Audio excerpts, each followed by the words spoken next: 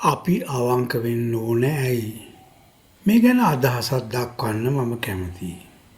මම එක්තරා කතන්දරයකින් අරමන්න. වචන සිය ගණනකින් කිය යුතු සත්‍යය ඒ කුඩා කතන්දරයෙන් මනාව කියවෙනවා. ජපානයේ වෙරළ තීරයක් අසබඩ වාසය කළ එක්තරා තරුණයෙක් හවස් කාලවල මුහුදු අද්දර ගල්පරයක් මත හිඳ මුහුදින් හමා එන පවනේ සිසිල විඳිමින් විවේකීව ගත කිරීමට පුරුදු වෙලා හිටියා. මුහුදට ඉහළින් පියඹා යමින් සිටි මුහුදු ලිහිණි කාලයක් යද්දී ඔහු අසල ගල්තලාවේ නිදාසේ වැසුවා. ඔහු කෙතරම් මුහුදු ලිහිණින්ට සමීප වූවාද කිව්වොත් ඉඳ හිට තමා අසලට එන මුහුදු ලිහිණින් අතින් ඔහු ස්පර්ශ කළා.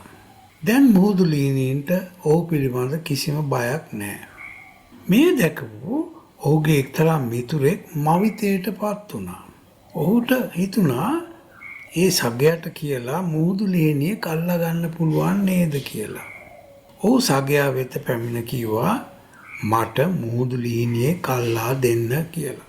සගයා කිව්වා ඒ හරි නෑ මට ඒ කරන්න බෑ කියා. නමුත් දිගින් දිගට ඔහු ප්‍රයත්න කළාම අවසානයේ සගයා කිව්වා හොඳයි. ඔබ කියන නිසා මම මුහුදු ලිහිණියේ කල්ලා දෙන්නම්. එහෙම කියලා ඔහු ආපසු ගල්පරේ හිඳ මුහුදු ලිහිණියෙකු තමා අසලට එනතුරු බලා සිටියා. ඔහු බොහෝ වේලා බලා සිටියා. හිරු බැස යන තුරුද බලා සිටියා. ඒත් කිසිම මුහුදු ලිහිණියෙක් ඔහු අසලට ආවේ නැහැ.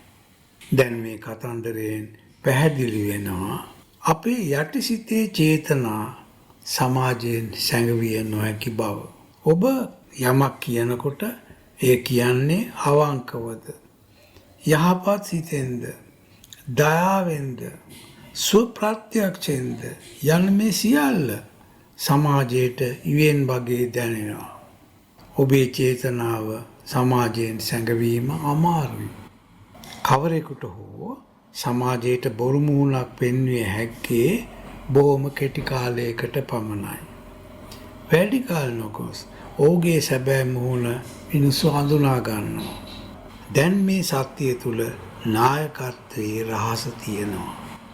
යමෙක් ජනතාවට යම්සි දෙයක් පෙන්වා දෙනවා නම් අපි හිතමු මාර්ගයක්, සමාජ දර්ශනයක්.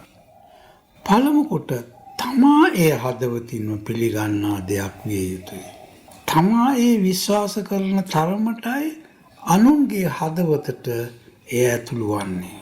තමා විශ්වාස නොකරන දෙයක් ඔබට බොහොම චතුරව විස්තර කරන්න පුළුවන්. අසා සිටින අය ඒ වෙලාවට ඒට බොහෝ පැහැදෙන්නත් පුළුවන්.